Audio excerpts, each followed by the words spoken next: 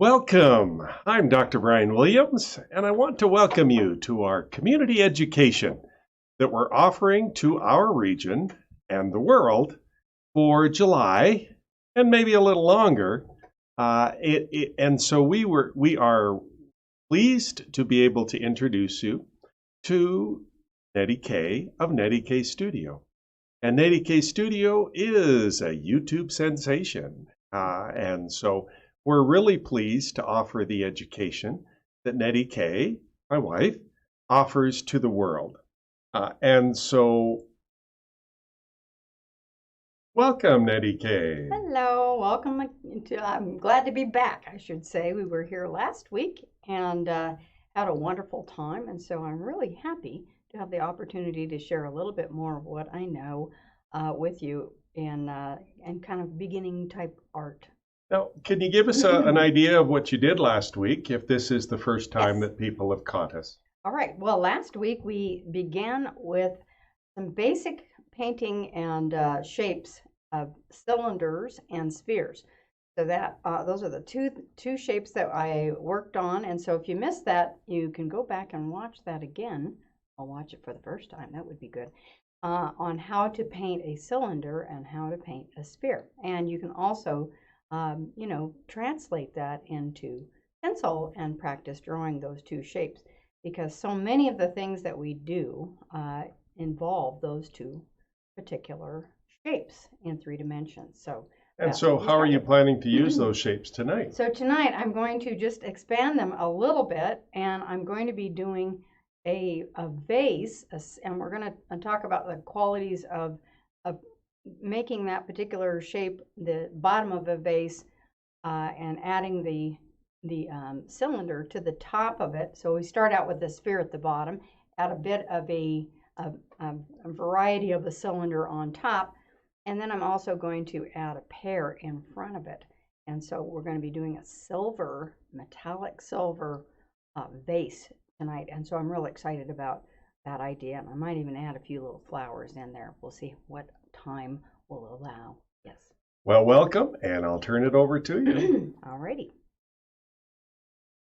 So this last Tuesday night, we had such a blast out at Tamarack Resort. I don't know if any of you guys have been out there, but I had 10 students, 12, I guess it was 11 students that signed up for our paint and sip out there. And we did some water lilies and learned how to paint water. It was just so much fun. And so I'm going to be doing a couple more of those in August. If you get a chance, you can sign up and we'll do another round of learning how to paint out there as well. But tonight I want to kind of dig in a little bit and kind of just make what we learned last week just a little bit bigger, a little bit deeper, and so that hopefully you can make that next step. All right, so the first thing I want to think about is where I'm going to put our vase. And so I'm going to begin, I think, with a little bit of a dark blue, and I'm going to think about the vase. And this is how we don't make it go all over the place. Hopefully, if you're sitting directly in front of your canvas, you'll know that we make a straight line down, and I hope I'm close. It feels like I'm wandering. I'm sitting about directly, actually about 6 inches, maybe 10 inches off to the side. So normally you would be like this, okay? And then you wouldn't make the same mistakes that I'm probably going to make, but I hope not. Now I'm going to say, all right, how wide is it? This is our center, the center of our vase right here. And so now I'm going to decide how wide I want the bottom part of this vase to go. And I'll just kind of broaden it out like this, and I can adjust it as I go. So I'm going to see if I'm going to double check it to make sure it's kind of about the same. So you can see, you can actually get your ruler out if you really want to. You can get your ruler out and measure and get it just exactly right. And then I'll bring around, so I'm going to begin with this, the sphere of the bottom of the vase. Okay, so it's not exactly a sphere, it's a kind of a squashed little I Dream of Jeannie looking thing. And I just get my arm moving in this direction, and I can get it pretty good. You know, I can get it pretty close to being accurate. And so that's the base of the picture. And then I'm going to come up and decide how far up to put the rim of the picture right here. And so then I decide how far out this part is going to be. So here we go. I'm going to come down here. Remember our cylinder from last week? So this is the cylinder part of the picture right there.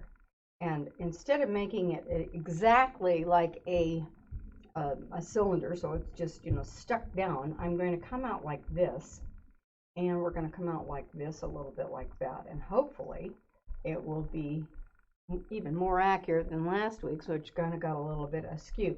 But that's how I would begin and make sure that I get things. Now I can see that that doesn't look exactly right because I've got this one fatter, but I'll go like this, and then I'll come out and I see that this is the edge out there. I can come in with my little rag and make sure that I've got it fairly close. And then I'm going to find out where the top of that is.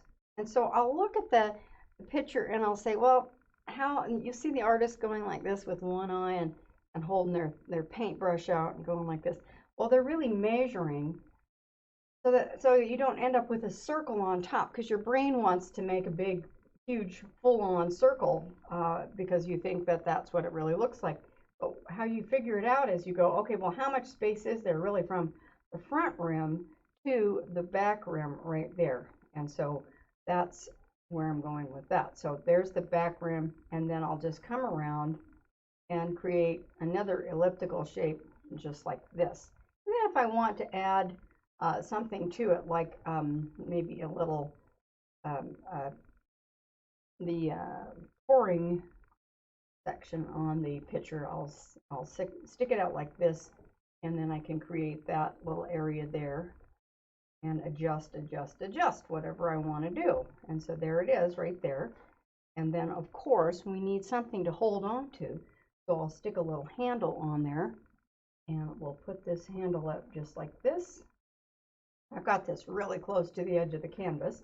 So normally if I were trying to make this exactly right, I'll go in and I'll say, okay, well, I want the pear to look as though it's in front of this picture. So I'm not going to put it on the same line. I'm not going to set it over here. I want to overlap it slightly and drop it down a little bit. So I'll put the pear, which is very similar in its shape in some ways, right here. And so I'll go, okay, here's the base of the pear. Remember our sphere. There it is. And then I will add on top of that a little top part of the pear like this. Okay, just a little pear shape just like that. That's pretty easy. And then I could also add another one if I wanted to by doing the same thing. So I can come back over here and maybe put another pear like this. I'll put another sphere, excuse me, another sphere, and then maybe I can move that down like this and create this shape going that way. That's pretty easy.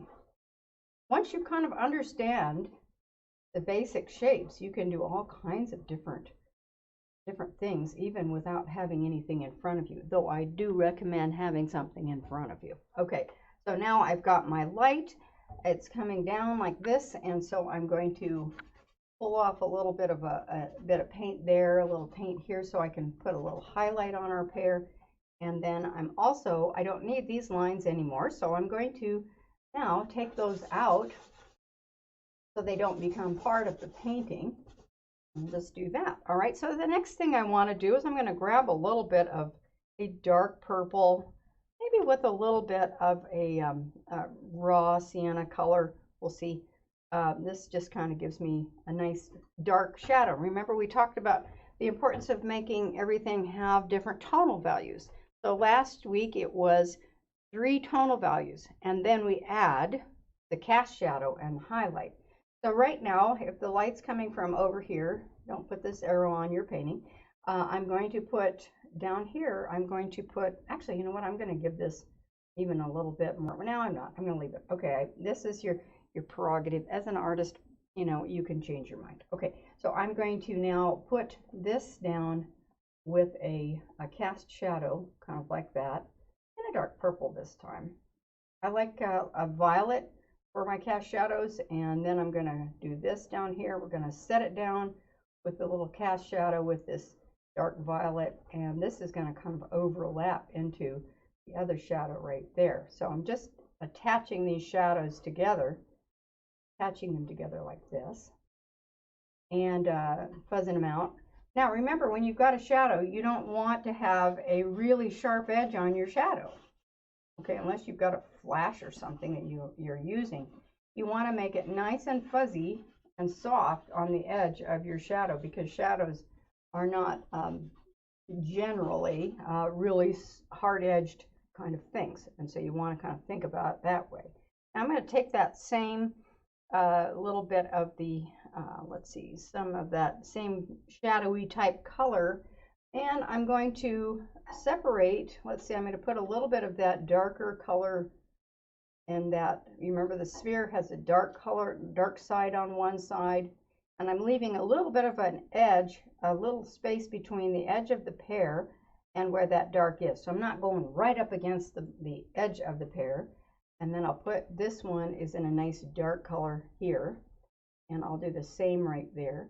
And this one also kind of casts a little bit of a shadow right on to that pear. So there's just, that gives it kind of a little separation like this. All right, I've got that shadow. Nettie, if I could just sort of highlight something for you that has just happened. This is a new project for us as we go live here. And one of the interesting things that we can do when we're live is we can actually chat with those who are listening. Oh, wonderful. And I just wanted to let you know that Johnny Simmons Johnson is also watching. Hello. And so I'll try and if I get a question from somebody on our live chat, we'll try and pass those along to you at an appropriate Absolutely moment. Wonderful. Okay, so I just sort of wanted to let you know what was Yeah. also happening That's tonight. That's really so fun. I'm just very thrilled about that. That's I'll great. let you back at it. All right, here we go. And so now I've got a little bit of a dark, let's see, what is this one? Ultramarine blue. Silver, everybody, is not, most of you guys, if you were just beginning, you would think silver is painted with black and white, but I'm not using any black on my palette at all. What? Yes, that's true. So my silver, I'm starting out with a little bit of, I've got a little purple, and I've got a little bit of that pear color on there. I've got purple, I've got blue, and I've got a little bit of our raw sienna, or yellow ochre, raw sienna. And so I'm going to put in this dark shadow right here. This is a dark tonal value. Probably that cast shadow is going to have to even go darker, but right now I'm going to go this direction. And then I'm going to find it over here. I'm going to put another dark area here, and I think I'll grab a little bit more of our blue, a little more of a dark blue right here. And I'm not going to the edge. I'm leaving this area right here wide open, primarily so that I can have what's called a reflective light. And so I'll find that. I'll find this under here a little bit. Let's see. Now, if the light is shining right this direction, it's going to cast a shadow into the little spout right there. And it's also going to cast a shadow into this side of our vase right here, our pitcher vase. So it's going to have a little bit of a dark area that goes almost halfway in, and then it's going to be light over on this side where the light hits it on that side. I know that seems a little bit confusing. That's just the way it is, and we'll get to that as to why in a few minutes. Okay, so now we've got what? We've got kind of our basic dark area right here, dark area on the pear, dark here, and a bit of a cast shadow. That's where we're at. Now, the next thing I want to do is come up a little bit with my next level up. And so I'm going to add a little bit of white to my paint. And I think on this one, I'm going to go ahead and play a little bit with that silver to start with. And this is in a lavender. I've got a little lavender on my warm lavender. It's a purple dioxazine purple with a little bit of raw sienna and a lot of white, and I'm going to test that out and see what that looks like. So now I can put a line that kind of comes down the middle like this, maybe a little bit lighter, and like that. And then I'm going to go over here and begin to wiggle my brush back and forth a little bit like that, and create that middle tone as it comes across. Now I'll go back in again and do the same thing as I come down here, a little bit like that, and then I'll wiggle it in a little bit like this and have a kind of a middle tone like that. Now that's pretty purple. So now I'm going to come in, and I think what I'd like to do at this stage is grab a little bit of teal and some white. This is really kind of weird, I know. And we'll go into greens, we'll go do all sorts of different things. And put a little bit of teal, and I think then we'll add a little bit of brown with the teal. So this is the raw sienna with a little bit of teal. It's just, and you know, with silver, it's so highly reflective. A lot of times you can start with the highlight. I don't always, but I'll look at what it's sitting on, and I'll work those colors in, and I'll put this into there. I'll reflect what is next to it into it. I'll put a little bit of that color into this silver as well because it's super reflective. Now we'll get a little bit crazy here, and I think what I'll do is I'm going to come up with a I'm going to grab some of my orange as my transparent orange, and now I'm going to really add a lot of white to it. The picture that I'm looking at, I'm sorry I don't have that one, I don't have the camera on that, I probably should have a camera on that one as well, is very tarnished, and so because it's tarnished, it has kind of a yellow effect on it. So now I'm going to come up here and put in a yellow, and it's also got a very yellow light to it, a light yellow highlight on the top here. I'm going to grab even more of the light color, or light tonal value, and I want to really get that super light. So now I'm going to come in with the kind of white, and I'm going to put in a seriously light highlight where I see it right there. That's nice and chunky too. And so I'll put that, look how thick that paint is, it's just crazy. And then I'm going to come over here and put in a little bit of that light there. Now this is a bit rough, and I love it that way. I like that kind of artistic, kind of rough, thick, chunky paint sometimes, depending on my mood. Okay. We were actually using acrylic paint and we started out with fairly thin paint, and then we moved up to squeeze bottles and created texture on top of things. And so that's really a lot of fun when you can play around and add stuff and just be free and enjoy yourself. And so I'm going to put a little bit of a highlight right here, and then I'm going to, I'll be just a little bit light there, and it'll kind of, it's not really light right there, just moderately light. And then I'll go back in with a little bit of a combination of blue and a little bit of raw sienna, which gives it a bit of a green feel to it, a little kind of a greenish brown, like that. Add a little bit more blue, a little bit more white. You just mess around with it. And now on this side, I want to make it feel as though there's kind of a reflective light coming on here. I'm going to make this a little bit more dramatic because it might not pick up on the camera, so I'll just make it a little bit more dramatic than it really is. And look at that. Ooh, it doesn't outshine. It's just wonderful how it shines like this. And then I'm going to pull this highlight right here. I'm going to get my arm out of the way and kind of drag that up like that, and then fuzz that out a little bit and work that out into the middle like this. And then I'll take my blue and kind of cool it down, a little bit of my raw or some cobalt teal with white.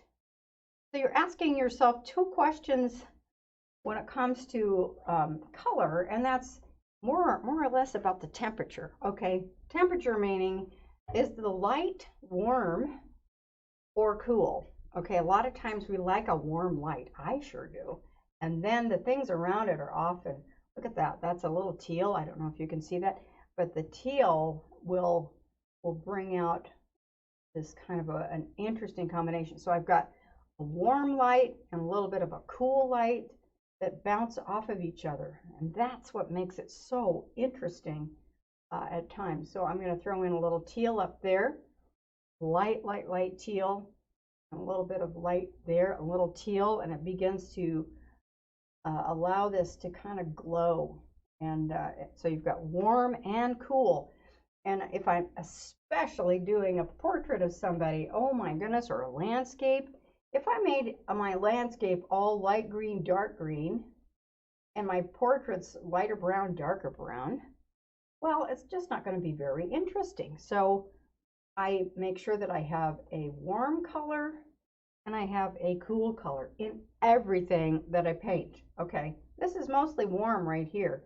This is warm and cool. So I've got a cool purple, I've got a nice cool minty kind of greenish blue right here, and I've got a yellowish white.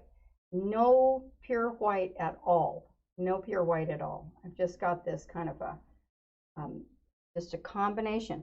And watch what I'm doing. I am not beating it and beating it and beating it. I'm laying it down. Okay, I just lay it down like that, and I pull my arm back so that I'm not tempted to just go over. The more I do that, the more I beat it to death. Well, that's what happens. You just beat it to death. That's what happens. So you want to make sure you just pick up your paint and then just lay it down. Oh, look at that. That was just a teal. Now, when you do something that's a little too much, all you do is you just kind of fuzz it out around the edges, and it works. It just works. And so pull that around and see if I can use this right here on my brush and give it just a little indication.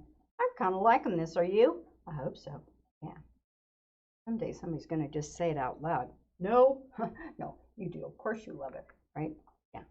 Okay. Now I'm going to grab a little bit of sap green and a little purple. What I need is a very dark value behind these pairs, and so I'm going to throw that in right there just a little bit to where it just will help me to set this off. And again, I'll just keep messing around with this until I get this right. So when I want something like this to stand out in a light kind of way, I will put something dark behind it. Okay, so it's called Rembrandt lighting, and what happens is you think about, okay, this is very light here, and so if I put something light behind that, what's going to happen? Well, it's going to just completely disappear, right? It'll disappear. So eventually I'm going to go back in and I will put a dark background behind here. Sometimes I'll split it almost down the middle to where this side's dark and this side's light, and these come together. And so this is kind of the dark side of the picture right here. And so I will put a light background here. So it's not all the same all the way across. I know that's a bit confusing, but that's how, that's how Rembrandt did it. Okay, I think so. Not that I was there, but you can learn a lot by looking at the various different pieces and paintings, and going to museums whenever we can at some point. Okay, so now let's get over here to this pear. I'm going to go ahead and put in some, this is kind of a dark color, so it's a little hard to see. I got this transparent orange here, and I'm going to begin lightening it up, and we've got a nice, basically it's a really dark middle tone, but I'm going to bring it up just a little bit more with some white, and isn't that pretty? That's so beautiful. One of my favorite colors, nice and warm. In the wintertime, we have a lot of snow, and so when I paint, sometimes I get a little carried away with the warm colors. I just love them so much, and I paint great big huge, yellow tulips, and so that we have something to look at that is warm and sunny when it's blustery and cold. Love it, absolutely love it when it snows, especially now that it's so stinking hot. Oh my goodness, we look forward to the day when it gets nice and cold again, just a little bit. Some of us do. Dr. Williams doesn't necessarily like shoveling it, but oh well. Now I'm going to go back in and see, I'm going to test something out. I've got this, this paint down here that's in kind of a lavenderish gray color. And rather than putting a warm highlight on here, I'm going to go in and see what happens with just picking up a little bit of that lavenderish grayish green color and putting that on the top of the pear in there. And it kind of, rather than putting in a bright lemony yellow, I'm putting in a lavender grayish color. I'm going to just put a little more lavender in there, and we're going to really soup it up with some white. It's not that light. You can tell it's not that light. It's kind of middle tone. But it will register, hopefully, fingers crossed, it will register as a lighter color. Isn't that weird? Okay, so can you see that one on here? I think you can, yes. See how dark that looks down here on the white background? Now I'm not gonna do any sleight of hand. I'm picking this up on my paintbrush, and I'm gonna come over here, and I'm just gonna put that down, and it's just, it registers as this light, beautiful light onto this pear. I'm just barely laying it down on there, not on the edge of the pear, but kind of slightly in, and beginning to create this beautiful feeling of 3 dimensions. And now I can take that same color on here and maybe plunk it around over here. Don't get too carried away. You know, do things deliberately. Sometimes you can have a happy accident, and sometimes it's just a blowout. But okay, now, so I've got this one here. Now I'm going to even take it up 1 notch further and go in with some white. And I think this time I'm going to take just a little bit of cobalt teal. Now, there's a difference between cobalt teal and cobalt turquoise. Turquoise is much, much darker. And teal has just got this nice kind of minty look to it. So what happens if I now go into the middle of that light that I just did and put in a little bit of that teal? I hope you can see that. It's just, it makes it much more interesting adding that teal inside of that. So now I can kind of look and say, okay, where would this even make this part work a little bit? This is too just boring white up in there. I could take that and throw it over here. Look at, I had a little bit of yellow, a little bit of teal on there, and I'm just swinging around, and I'm not doing this. How many times am I going to have to say this? ¿Cuántas veces te tengo que decir? That was one thing, is that means how many times do I have to say it? That is, I just do it just this many times. I just lay it down, pick it up. That makes what's called art, okay? We don't want it to look, well, maybe you do, photorealistic. We want it to look like a painting, right? You know, so I don't want it to just beat it to death. And you know what? I have done that so many times, you guys. I have absolutely killed it to the point of no return. And then I'm not happy with it. So if you can just lay it down and walk away, or have somebody say, stop, put your brush down, you know, don't get too carried away. So now I'm going to come down. I don't even know what's on my brush, but I want to put in just a little bit of a little reflected light. There it is right there. I'm going to do that same little thing just a little bit on the edge of there, so that it kind of bounces up around the outside of that pear, and it makes it look like it's glowing just a little bit. Okay, now this is not sitting down. This isn't sitting down very well, so I'm going to now take a very dark value green, maybe a little bit of blue. Whoops, where am I? Blue and green, and a little purple. And I'm gonna, this is almost black, it's just super dark. And then I'm going to come underneath this pear like here and give it kind of a bit of a parting line. Oh, parting line, and then I'll pull that out. I don't want it too sharp either, but I do want it to kind of sit down there onto the table, and then it's beyond the cast shadow. Okay, it's a parting line that will kind of sit the pear down, and then I'll do the same thing over here to where it makes this sit down a little bit better, like that. And I don't want it to look like a Gauguin where it's got lines around it. I've been doing a little bit of that kind of painting lately, where I'm adding lines around it for fun, but not in this case. Okay, now I'm going to come in, and then I'm going to just get up close to it a little bit and soften it out just a little bit. Isn't that fun? Yeah, I like it. All right, so now I'm realizing I'd like a little bit more of a of a cool, a little cool. I'm going to get into my little mint green over here, add a little more white, and I'm going to come up and add just a little bit more mint green right there. And I'm going to look back a little bit, and hopefully I haven't, made this into some kind of Willy Wonka jar here. And we'll just, if anything stands out too much, then I just wipe off my brush, and then I can come along and just barely marry two things together by laying my brush down flat next to the edge of a shape that's sticking out, and I'll just barely marry one edge of that highlight into the other by lightly putting my brush down. This is kind of one of those advanced moves, and then wiggling it back and forth carefully into the shade below, so that I'm not losing it. I don't want it to completely disappear. No, I want it to actually remain there, but also not stick out like a sore thumb. Okay, that's the balance of trying to figure out all these different things. Now, on top of that, I want to come back in with a little bit more of that green, a little bit of blue, a little bit of purple, and now I'm going to add just a touch of white to it. And this is where silver kind of gets into that greenish color there, and I want to make sure that we've got a shape there. I lost it. Okay, now I'm going to show you what happens when you put the edge in and how you can set this off. This is going to be fun. All right, hold on. Okay, this is bugging me up here. Is it bothering anybody else? Okay. So I'm going to come back in and warm this up. It feels too cool to me, so I'm going to go in with a little bit more of that kind of raw sienna color, so that it doesn't look like it's out from some other planet.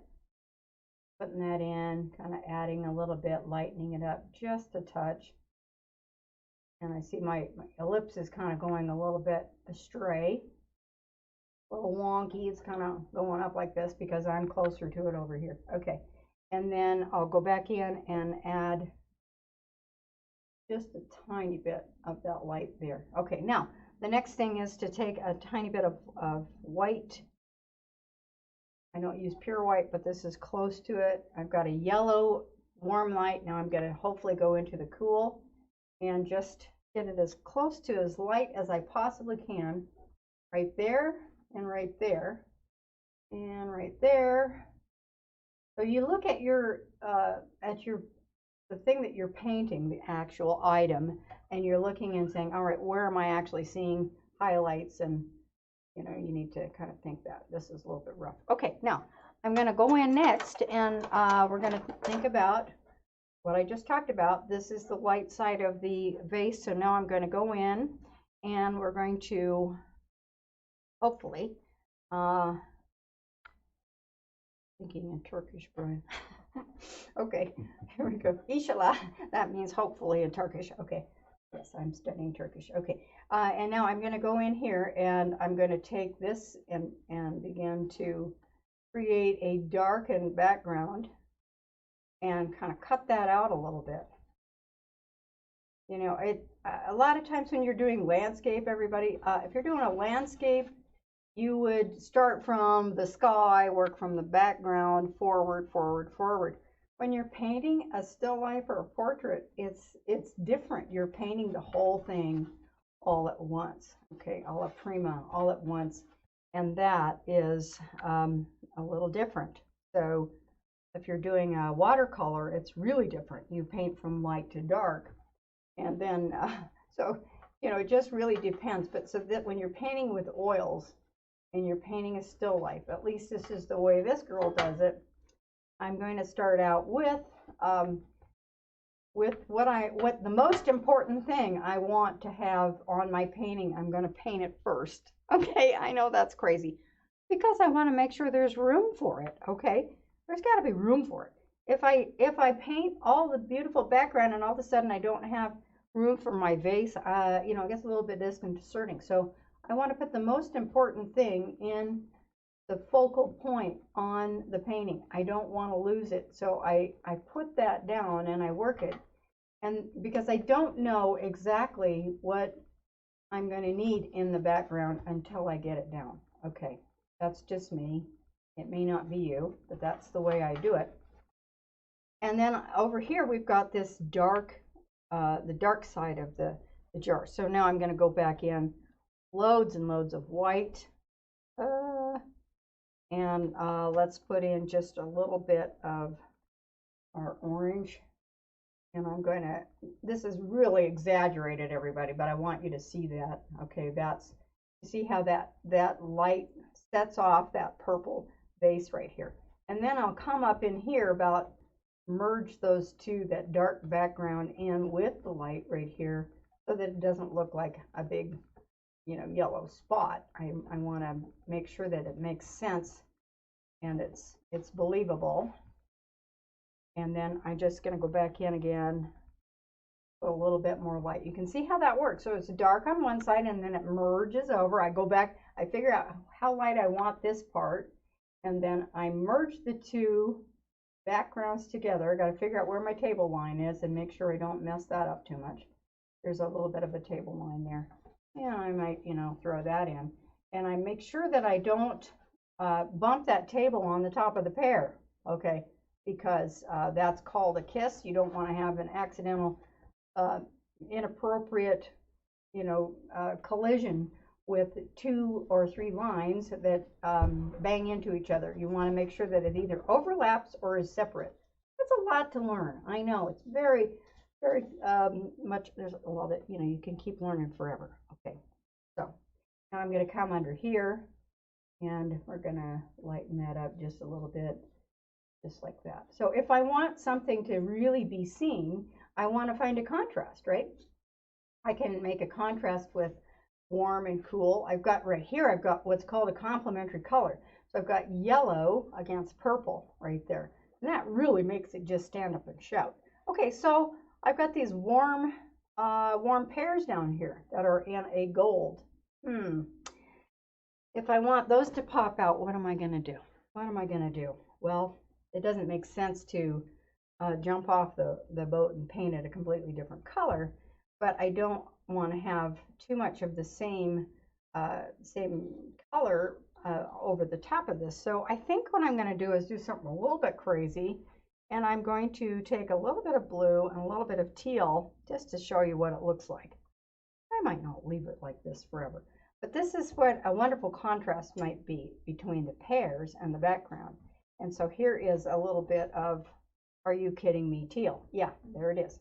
And so if I want the pears to kind of stand up, I'll put a little bit of that teal color in there, and then I'll just kind of mess around, put them all over the place. Put the teal color like this. And then you can see how lovely that looks. If I want it to, you know, really stand out, then I make sure that I do a contrasting tonal value. So this is really fairly dark, so I'm adding kind of a light teal there, and then I'll put this up here. If I want it to really tie together, I'm going to take some of that teal and throw it up into the background up here, so that it doesn't look like it's aliens from outer space. So I'll take a little bit of that on my brush and throw that in, tie it together. I'm just using what's on my background as my palette, where I can grab a little bit of paint and make it all kind of come together.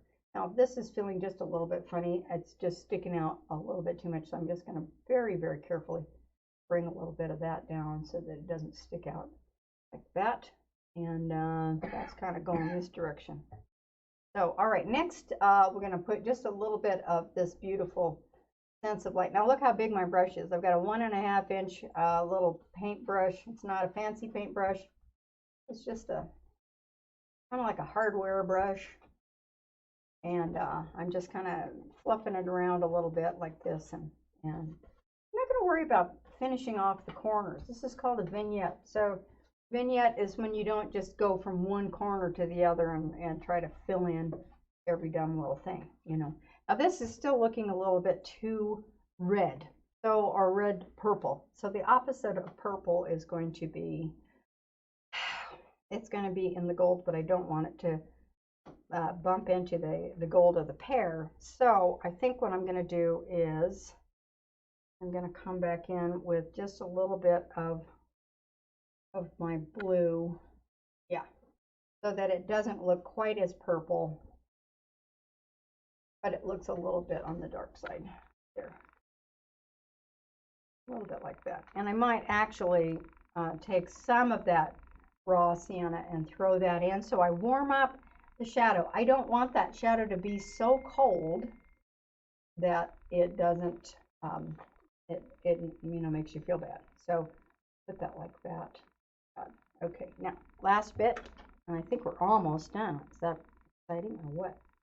Okay, now I'm just going to go in with a little more of almost straight white and double check my highlights. Make sure that I've got them in the right place. And then you see how I've got this light coming down this way. Now here's an exciting little thing to do. I've got the strokes coming down this way. When I want that highlight to pop out a little bit, I'm going to go across the form. This is advanced, you guys. I'm going to go across the form that way so that it raises itself a little bit away from the pot. And so I'll do it again. Let's see if there's one up here that I can do. This one's going down, so I'm now going to take one just a little bit crosswise in line with the light, and just a few little spots here and there. I think I'm happy. I hope you are too. Okay. Well, I think that's all the time I have for today, and I hope you did learn something. Let me know if you did, and don't forget to share with your friends, everybody. I'd love it if we could kind of grow this channel and get it going. And you can also find more of my videos on my YouTube channel at NettieKStudio. So it's YouTube, whatever it is, the YouTube, just Google NettieK, Nettie, letter K, Studio on YouTube. There's about probably, I don't know, 75 videos that you can watch at this stage.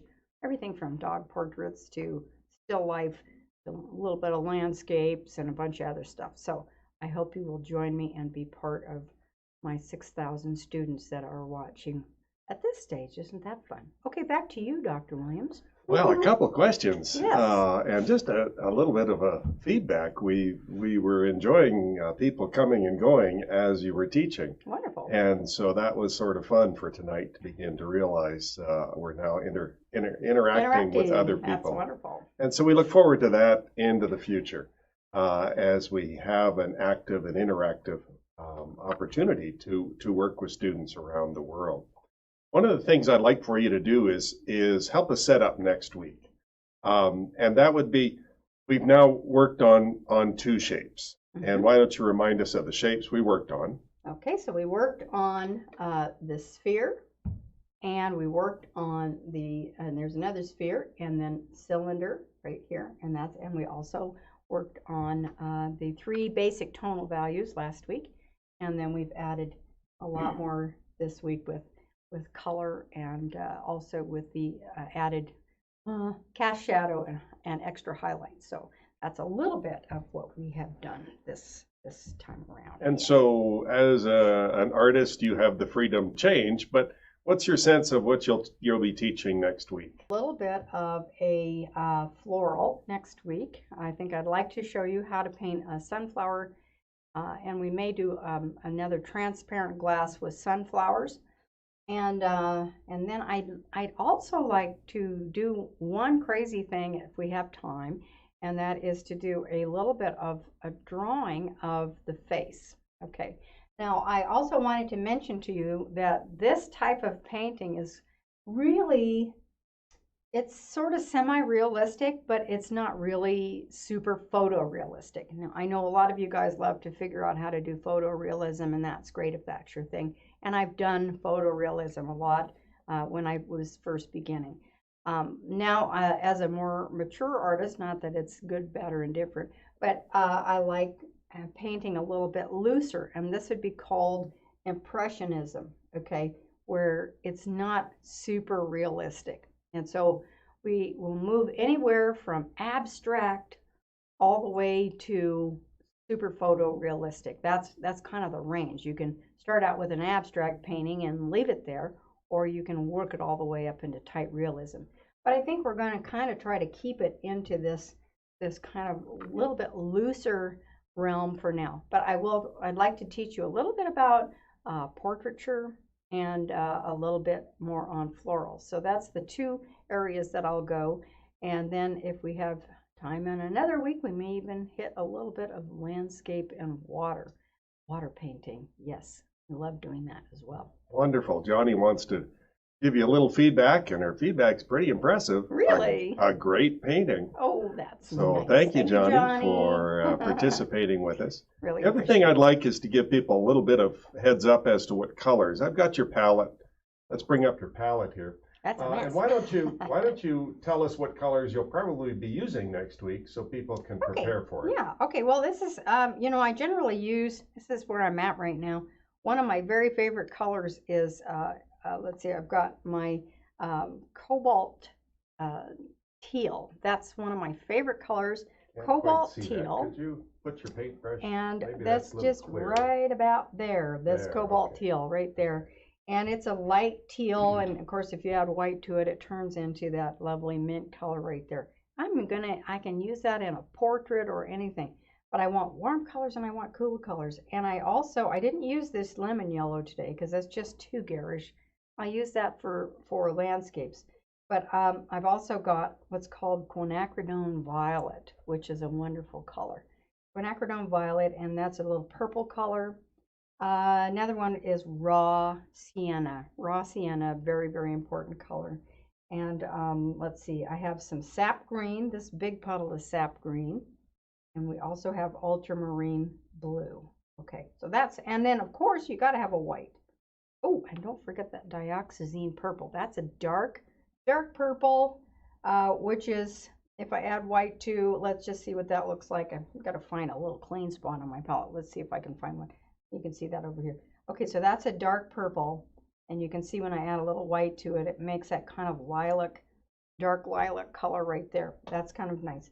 And then if I want to make it a little bit rosier, I've got my quinacridone violet, and that makes it a little rosier, and it's just quite lovely. I usually, for portraits, you guys, when we do a little bit on portraiture, and I'm not sure, I think that's too big of a jump for next week. Do we have 2 weeks to go, or are we just going to keep going, Dr. Williams? I'm trying to remember if we have 1 week or 2. Oh, I don't know. Technically only have one. 1 week, oh man, okay. And I've got a question here when you've got a moment. Okay, yeah. And Johnny is asking, is there a traceable drawing? Traceable drawing is not my skill. Drawing is not your skill. Okay, this would be a fun thing to understand. One of the things that you can do is if you have a photo of what you would like to do, okay, and most of you guys have printing abilities. If not, you can go to your print shop or your copy shop. You take a photo of one of, even this little setup. You can take a photo of a setup that you like, put some things down, and what I'm gonna pop off camera for just a second, so hang on. I think I've got a piece of paper that I can show this on. Maybe if I stick my vest right in the middle of my stuff. Okay. All right. So this is fun. All right. So if I go, if I do, say I've got this little drawing right here. Okay. If I do a photograph and I just blow it up to what size I want. Okay. The size of my canvas. You can blow it up really, really big. And then what I will often, well, I don't do it, but if I get stuck on a portrait especially, I will do this. I will turn, and this is on computer paper, not thick paper. You want thin paper. You can actually take the back of you have your photo on one side. You take the back of your picture, okay, the back of your paper, and you cover it with pencil. Okay, just cover the whole back of it with graphite. This is a serious trick here. Cover the whole back of it with graphite, so it's just gray all the way across. Then you turn it over, set it onto your canvas or wherever you're going to paint, and you can use a pencil or a pen to push down and transfer the drawing onto your canvas. What? Yes, you can. So that's one way you can do it. You just make a picture on some thin paper, thin computer paper, cover the back with charcoal or graphite, and then lay it on your canvas and push hard onto that piece of paper, and it will transfer that little drawing onto your canvas. Then you just take a can of hairspray, spray that down, and you've got a nice drawing that you can work from. I hope that helps, Johnny, because it's really a great tool when you're not confident, but you just want to have a good painting in the end. You know, you don't want to look silly. Practice from life, yes, but I find also learning from tracing or transferring is really, really good for your brain as well, because it gets your hand going in just the right way so that you can kind of get the feel of what those shapes are like. Okay, so tracing isn't just, you know, it's not cheating, or transferring isn't cheating. It's really training your brain to do those shapes just right, and then giving you the freedom to just play with your paint. Okay, so I give you permission. Yes, I do. Okay. And she thanks you for that hint. Yeah, so, you're welcome. Nettie K, thank Yes. you for a wonderful evening, and I look forward to next week at least. And if life treats us well, we'll try and go into August and also offer some here. And so again, thank you. Thank you. And so to everyone out there, what a wonderful evening. And what an opportunity now for us to sort of play with the technology. And though Nettie K and I are sitting in the studio here, it's now sort of fun to have all of you entering into this. And so we're enjoying that part of the technological opportunities that we have with live on YouTube. And so this has been a wonderful night for community education from McCall College. Again, I'm Dr. Brian Williams, and it's been my pleasure to host and to moderate our time tonight. And I trust you'll join us again next Thursday night at 7 p.m. when we'll host a community education with NettieKStudio.